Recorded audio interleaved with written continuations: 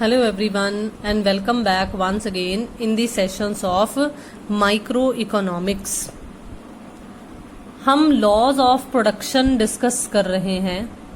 Laws of production में मैंने आपको शॉर्ट रन का जो लॉ है बेसिकली, जिसे हम लॉज ऑफ वेरिएबल प्रोपोर्शन भी कहते हैं, हम वो सारा डिस्कस कर चुके हैं। और शॉर्ट रन के क्या कॉजेज होते हैं कि क्यों ये law of variable proportion apply होता है, ये भी सब हम लास्ट वीडियोस में कवर कर चुके हैं। आज की जो हमारी वीडियो रहेगी वो रहेगी रिटर्न्स टू स्केल से रिलेटेड, यानी कि पैमाने के प्रतिफल से रिलेटेड, कि किस तरह से हम देखेंगे कि लॉन्ग रन में अगर इनपुट्स को चेंज किया जाता है तो आउटपुट पर क्या बदलाव, किस तरह के बदलाव हमें देखने को मिल सकते हैं। तो लॉज ऑफ प्रोडक्शन में रिटर्न्स टू स्केल, जिसे पैमाने के प्रतिफल कहा जाता है। Returns to scale is a long run concept which states the variation in the level of output due to proportionate increase in the level of all the inputs। returns to scale जो है, पैमाने के प्रतिफल जो हैं, वो एक दीर्घकाल धारणा है जिसका अभिप्राय, जिसका मतलब क्या है, जिसका अभिप्राय उत्पादन के सभी कारकों में समान अनुपात में परिवर्तन करने के कारण उत्पादन में होने वाले परिवर्तन से है। क्योंकि हमने ये पढ़ लिया है कि लॉन्ग रन में सारे के सारे फैक्टर्स जो हैं वो वेरिएबल हो जाते हैं। ये हम प्रोडक्शन फंक्शन में पढ़कर आए थे, जो पिछला चैप्टर हमने कवर किया था, हमने उसमें ये कंसेप्ट कवर कर लिया था। तभी तो शॉर्ट रन में तो हमने देखा कि एक लेबर यानी कि जो वेरिएबल फैक्टर है, अगर उसी में बदलाव आए तो क्या चेंजेस होते हैं। अब हमारे पास है कि अगर सारे के सारे फैक्टर्स ही वेरिएबल हों तो हमें किस तरह के चेंजेस देखने को मिलते हैं। अब देखो बहुत ही ध्यान से, there are 3 possible aspects of returns to scale. 3 हमारे पास प्रकार हैं पैमाने के प्रतिफल के। पहला है इंक्रीजिंग रिटर्न्स टू स्केल, जिसे पैमाने के बढ़ते प्रतिफल कहा जाता है। दूसरा है कांस्टेंट रिटर्न्स टू स्केल, जिसे पैमाने के समान प्रतिफल कहा जाता है। तीसरा है डिमिनिशिंग रिटर्न्स टू स्केल, जिसे पैमाने के घटते प्रतिफल कहा जाता है। तो देखो बिल्कुल उसी तरीके से ही हैं, तीनों वही नेम्स हैं, एक इंक्रीजिंग है, एक कांस्टेंट है और एक डिमिनिशिंग है, लेकिन वो रिटर्न्स टू फैक्टर के पॉइंट ऑफ व्यू से थे, ये हमारे पास रिटर्न्स टू स्केल के पॉइंट ऑफ व्यू से हैं। देखते हैं कि हमें इसमें और डिटेल में क्या बता रखा है। लुक, सबसे पहला फेज मैंने बोला था ना इंक्रीजिंग रिटर्न्स टू स्केल वाला, तो देखो सबसे पहला फेज हमने एक्स एक्सेस पर हमारे इनपुट फैक्टर्स लिखे हैं। मैंने इस बार कोई लैंड लेबर इस तरह से नहीं लिखा, मैंने सभी ऑल फैक्टर्स यहाँ लिख दिए हैं। और वाई एक्सेस पर हम आउटपुट शो कर रहे हैं। देखो हमने क्या बोला, increasing returns when output increases by more than proportional change in all inputs, there are increasing returns to scale. देखो जिन बच्चों को वो डिमांड वाली 5 श्रेणियां याद हैं जो हमने इलास्टिसिटी ऑफ डिमांड में पढ़ी थी, उसमें हमने मोर देन इलास्टिक में क्या पढ़ा था कि जितना चेंज प्राइस में आ रहा है उससे ज्यादा का चेंज जब हमें क्वांटिटी में देखने को मिलता था, उसमें प्राइस हम यहाँ शो करते थे, क्वांटिटी हम यहाँ शो करते थे, लेकिन मतलब तो वही बनता था ना कि जब ज्यादा का चेंज देखने को मिले। तो यहाँ पर भी ऐसा ही कुछ है कि अगर मैंने इनपुट्स 5 से 10 किए हैं, मतलब मैंने 5 यूनिट अगर इनपुट फैक्टर्स के बढ़ाए हैं, तो देखो यहाँ पर जो मेरा आउटपुट है वो कितना यूनिट्स बढ़ रहा है, ज्यादा का चेंज है ना, वो 10 से 20 हो रहा है। तो जब इनपुट्स के जितना हमने इनपुट्स को बढ़ाया है, जिस अनुपात में इनपुट्स बढ़ाए गए हैं, सभी कारकों को एक निश्चित अनुपात में बढ़ाया जाए और उत्पादन में उससे अधिक अनुपात में जब वृद्धि हो तो उसे पैमाने के बढ़ते प्रतिफल कहा जाता है। तो उसे कौन से प्रतिफल बोलेंगे, पैमाने के बढ़ते प्रतिफल। तो मुझे उम्मीद है कि इंक्रीजिंग रिटर्न्स का क्या मीनिंग है वो समझ में आपको आ गया होगा। जिसको इंक्रीजिंग का ये कंसेप्ट समझ में आ गया उसके लिए कांस्टेंट और डिमिनिशिंग बहुत ही आसान है। अब देखते हैं कांस्टेंट वाला concept. When the proportional change in all the inputs gives or results in equal proportion or change in output there are constant returns to scale. तो देखो जितना मैंने यहाँ इनपुट फैक्टर्स में चेंज किया है उतना ही मैंने आउटपुट फैक्टर्स में चेंज किया है। तो इसलिए जब सभी कारकों को एक निश्चित अनुपात में बढ़ाया जाए और उत्पादन में उतने ही अनुपात में वृद्धि हो तो उसे पैमाने के समान प्रतिफल कहते हैं। ठीक है, अब देखते हैं कि हमारे पास लास्ट क्या है। लास्ट है हमारे पास डिमिनिशिंग रिटर्न्स वाला, diminishing returns to scale. When the proportional change in all the inputs result in less proportional change, तो हल्का सा ही चेंज है, less proportional change in output there are diminishing returns to scale। तो यहाँ देखो मैंने inputs में ज्यादा चेंज किया है जबकि आउटपुट्स में कम चेंज देखने को मिल रहा है। तो जब सभी कारकों को एक निश्चित अनुपात में तो बढ़ाया जाए लेकिन उत्पादन में कम अनुपात में हमें वृद्धि देखने को मिले या परिवर्तन देखने को मिले तो उसे पैमाने के घटते प्रतिफल कहा जाता है। ठीक है, मुझे उम्मीद है कि तीनों के तीनों मीनिंग्स जो हैं, जो तीनों एस्पेक्ट्स मैंने आपको रिटर्न्स टू स्केल के समझाए हैं वो आपको समझ में आ गए होंगे। अब हम कॉजेज देखेंगे नेक्स्ट कि किस तरह से ये तीनों केसेस अप्लाई होते हैं। देखो कॉजेज में मैंने आज सिर्फ और सिर्फ इंक्रीजिंग रिटर्न्स टू स्केल को कवर किया है और वो भी मैं कहूंगी कि मैंने सिर्फ इसकी एक इंट्रोडक्शन को ही कवर किया है। मैंने इसके रीजंस को भी डिटेल में कवर नहीं किया है क्योंकि पहले हमें इसकी एक इंट्रोडक्शन में आने वाला कंसेप्ट क्लियर होना चाहिए। तो देखते हैं कि पैमाने के बढ़ते प्रतिफल के कारणों में हमें सबसे पहले क्या बता रखा है। Whenever the level of production is increased by changing the proportions of factor inputs, the firm in the earlier stages starts enjoying various economies of scale।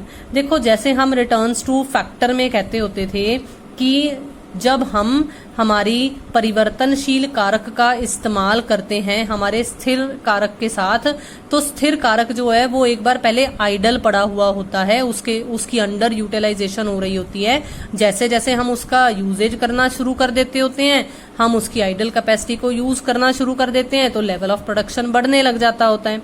अब यहाँ पर तो सारे फैक्टर्स ही वेरिएबल हैं, तो यहाँ पर क्या हमें बता रखा है, जब कोई फर्म अपना लेवल ऑफ प्रोडक्शन बढ़ाती है अपने फैक्टर इनपुट्स की प्रोपोर्शंस को चेंज कर कर, मतलब कारक अनुपातों को बदलकर, तो सबसे पहले होता क्या है, एक फर्म को इकोनॉमीज ऑफ स्केल मिलने लग जाती हैं।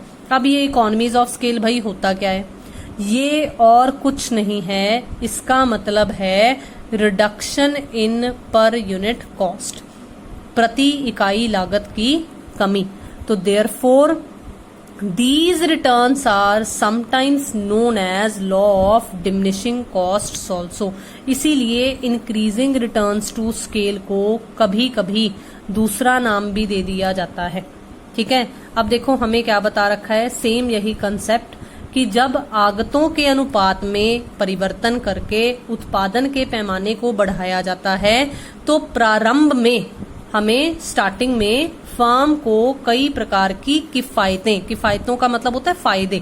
ठीक है, इकोनॉमीज अब वर्ड ऊपर यूज हुआ था ना, तो इकोनॉमीज का मतलब क्या है, फायदे या किफायतें, मतलब जब हमें बेनिफिट्स मिल रहे हैं, कुछ बेनिफिट्स प्राप्त होते हैं। मैंने आज बेनिफिट्स नहीं बताने हैं आपको कि बेनिफिट्स कितने प्रकार के होते हैं या बेनिफिट्स क्या मिलते हैं, लेकिन सिर्फ और सिर्फ हम ये जो पैमाने की किफायतें हैं इनका बेसिक मतलब क्या है, बेसिक मीनिंग क्या है, वो बेसिक मीनिंग जरूर समझेंगे। जो मैंने अभी अभी ऊपर आपको बताया है कि ये पर यूनिट कॉस्ट का कम होना है, तो इसका मतलब प्रति इकाई लागत का कम होना है। इसलिए इन्हीं को यानी कि बढ़ते प्रतिफल के नियमों को कभी कभी घटती लागत का नियम भी कह दिया जाता है। अब हम समझेंगे कि क्या है ये मतलब कि लागत का कम हो जाना? लागत कैसे कम हो जाती है, देखेंगे छोटी सी एक प्रैक्टिकल एग्जाम्पल के पॉइंट ऑफ व्यू से। देखो, पहले तो मैं आपको ये बता देना चाहती हूँ कि हम कॉस्ट से रिलेटेड कंसेप्ट आगे आने वाले चैप्टर में पढ़ेंगे। इस चैप्टर के बाद हमारे पास जो नेक्स्ट नया चैप्टर है वो कॉस्ट वाला है, लेकिन मैं हल्की सी यहाँ पर आपको एक डिस्कशन करना चाहूंगी। देखो, लागत, अगर हम कुछ भी प्रोडक्शन करना चाहते हैं, मैं फैक्टर्स ऑफ प्रोडक्शन का इस्तेमाल कर वो प्रोडक्शन करूंगी। अब अगर मैं फैक्टर्स ऑफ प्रोडक्शन का इस्तेमाल कर रही हूँ, मतलब कारकों का इस्तेमाल कर रही हूँ, कारक आगतों का इस्तेमाल कर रही हूँ, लैंड का, लेबर का, कैपिटल का, तो मुझे कुछ कॉस्ट तो उस पर बियर करनी पड़ेगी ना। हम किसी भी चीज का इस्तेमाल करते हैं तो हमें लागत बियर करनी पड़ती है। अब जो लागत है, जो कॉस्ट है, देखो वो दो तरह की हो सकती है। एक होती है फिक्स्ड कॉस्ट और दूसरी होती है वेरिएबल कॉस्ट। मतलब एक तो होती है हमारी स्थिर लागत और दूसरी होती है परिवर्तनशील लागत। अब बहुत ही ध्यान से समझना कि ये क्या है। देखो, अगर मैंने अपनी फैक्ट्री में, मैं फैक्ट्री या फर्म से रिलेटेड एग्जाम्पल ही लूंगी, अगर हमने हमारी फैक्ट्री में कोई प्रोडक्शन का काम करना है और हम उसके लिए मशीनरी जो है वो रेंट पर लेकर आए हैं, सपोज करो, ठीक है, मैंने स्टार्ट किया है काम, मैं फैक्ट्री में जो मशीनरी लेकर आई हूँ वो रेंट पर लेकर आई हूँ। अब मैंने अपनी फैक्ट्री में जो वो मशीनरी लेकर आई मैं या लाई, वो मशीनरी पर मैं प्रोडक्शन करूं चाहे ना करूं, रेंट तो मुझे देना ही पड़ेगा ना। हम किराए पर अगर मकान ले लेते हैं, उस मकान में हम चाहे रहें चाहे ना रहें, जो मकान मालिक है उसने तो किराया वसूलना ही है ना, क्योंकि आपका सामान पड़ा है वहां पे, क्योंकि आपने कहकर वो रेंट पर लिया है मकान। तो मशीनरी भी एक तरीके की हमारी फिक्स्ड एसेट है, ठीक है। अब मैं फिर से आपको यहाँ पर एक चीज क्लियर कर देना चाहूंगी, कॉस्ट को इस पॉइंट ऑफ व्यू से मत लेना कि आप ये कहोगे कि हमारी जो लेवल ऑफ प्रोडक्शन के साथ हमने बोला कि सारे इनपुट्स वेरिएबल होते हैं, तो हमारी फिक्स्ड कॉस्ट भी चेंज होगी या वेरिएबल कॉस्ट भी चेंज होगी। पहले आप मतलब समझो कि फिक्स्ड कॉस्ट होती क्या है या वेरिएबल कॉस्ट होती क्या है। देखो, फिक्स्ड कॉस्ट का मतलब होता है स्थिर लागत, जो नाम से ही आपको बता रहे हैं कि ऐसी लागतें जिनका लेवल ऑफ प्रोडक्शन से कुछ लेना देना नहीं होता, जो फिक्स्ड लेवल पर हमें सहनी ही पड़ती हैं। वेरिएबल कॉस्ट, परिवर्तनशील लागत, वो लागत होती है जो जैसे जैसे हम लेवल ऑफ प्रोडक्शन को चेंज करते रहते हैं वैसे वैसे वो चेंज होती रहती होती हैं। लेकिन फिर से मैं कहूंगी कि जब हम टाइम पीरियड के बेसिस पर स्टडी करेंगे, जब हमने ये कह दिया कि लॉन्ग रन में हमारे सारे के सारे फैक्टर्स वेरिएबल हो जाते हैं, तो इसी तरह से लॉन्ग रन में हमारी सारी की सारी जो कॉस्ट हैं वो भी वेरिएबल हो जाती हैं, क्योंकि मैं लॉन्ग रन में अपनी फिक्स्ड इनपुट्स को भी चेंज कर सकती हूँ ना। तो इसलिए ये फिक्स्ड कॉस्ट नहीं रहेंगी लॉन्ग रन में, ये वेरिएबल हो जाएंगी। लेकिन फिर भी मैं कहूंगी कि वेरिएबल कॉस्ट का जो चेंजिंग रेट है वो फास्टर होगा, और जो हमारी ये फिक्स्ड कॉस्ट्स होती हैं, मतलब फिक्स्ड एसेट्स वाली कॉस्ट होती हैं, उनका जो चेंजिंग रेट है वो ना कंपैरेटिवली स्लोअर होगा। क्या होगा? कंपैरेटिवली स्लोअर होगा। अब होगा क्या? अब हम लॉन्ग रन में जल्दी जल्दी अपनी फिक्स्ड कॉस्ट को भी चेंज नहीं कर पाएंगे, टाइम लगेगा चेंज करने में, हमें नई मशीनरी खरीदने में, हमें पैसा भी तो अरेंज करना पड़ेगा ना।